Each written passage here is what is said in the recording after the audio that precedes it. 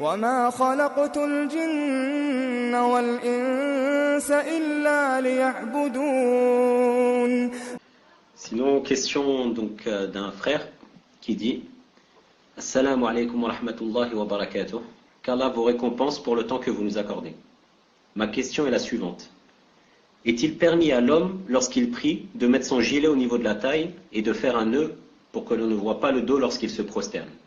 Je suis un lycéen et je ne peux pas mettre de qamis lorsque je prie en journée. Alhamdoulilah. Et en fait, Cheikh, je vous explique, c'est que beaucoup en France, comme ils travaillent ou ils vont au lycée ou à l'école ou autre, quand c'est l'heure de la salade, qu'est-ce qu'ils font? Ils enlèvent la veste ou le pull et ils le mettent autour de la taille pour cacher la awra. Donc quand ils se prosternent, il veut savoir si c'est juste ou pas. Barakallahu fikum, Cheikh. Wa alaykoum salam wa rahmatullah. Naam, si le pantalon qu'il met par exemple est très serré, c'est pas un pantalon large, naam, est très serré, qu'il n'a pas par exemple une chemise qu'il pourrait mettre dessus.